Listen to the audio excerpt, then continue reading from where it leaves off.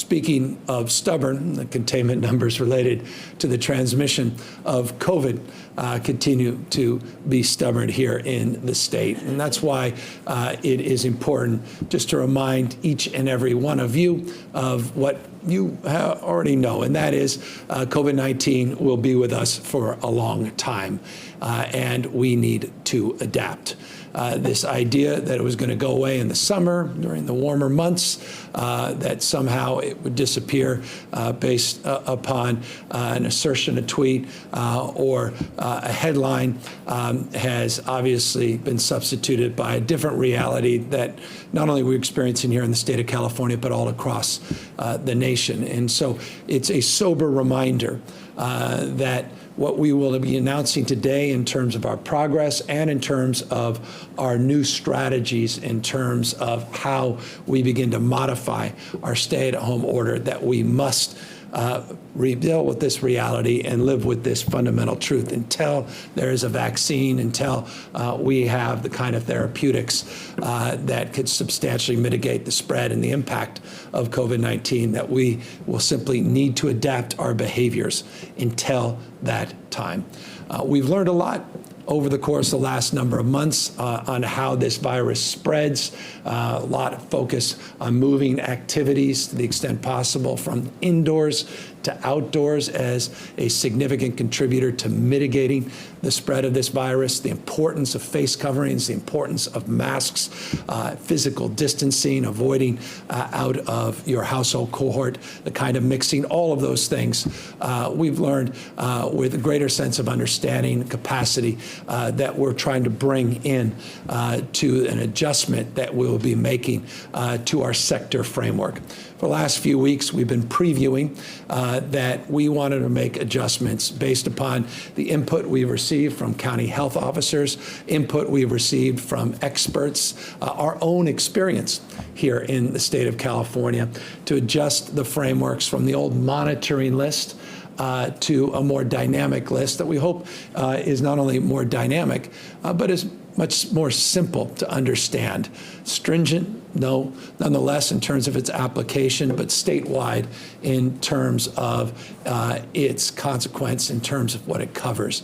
Simple, also slow, and I'll get to that as we look to a blueprint for safely reopening the economy, pulling in the lessons learned, pulling in our own experience, others' experiences, lessons learned in other states and across the country.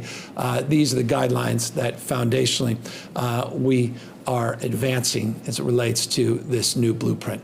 We're looking now to a uniform framework, one that provides 4 tiers. You'll be now hearing a lot about tiers, 4 tiers. There are colors attached to that. We'll get to that in a moment. 4 tiers, not 58 county variations as we've seen in the past. Process not only for tightening these restrictions, but also loosening these restrictions now are based upon these same metrics. The metrics that we assert are the most significant in terms of giving us a leading indicator of how things are taking shape in a particular part of the state are case rates and test positivity rates. Case rates, number of individuals per population cohort, be it 1,000 or 100,000 that test positive, the percentage of people that get a test that test positive, the positivity rate. So case rate and test positivity will be the new simple metrics that will determine movement within these tiers that we will be highlighting here today. There's also, and Dr. Galley will be highlighting this, an additional health equity consideration.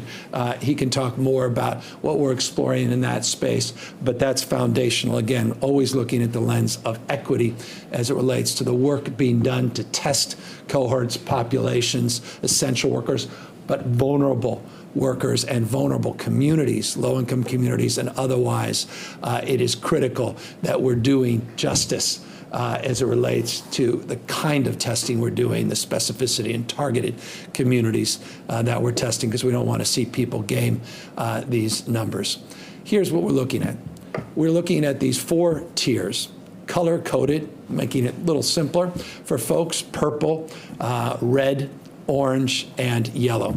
We don't put up green because we don't believe that there is a green light. It just says go back to the way things were, or back to the pre-pandemic mindset. Quite the contrary. These are the guidelines, these color-coded county guidelines that we're putting forward to get us through this flu season, to prepare for the upcoming flu season, this twindemic as sorts, as we deal with flu and we deal with COVID-19, to work through the next few months here in the state of California. Again, this is a dynamic process. It's an iterative process. We are not stubborn in terms of an ideological thrust. It's the work we're doing and the considerations that we make in real time with experts and county health officers and members of respected industries and members of the public that provide guidance and feedback. But the guidance and feedback we have received that helped us put this in place, we have an advanced and engaging in seeking that guidance and collecting that guidance over the course of many, many weeks.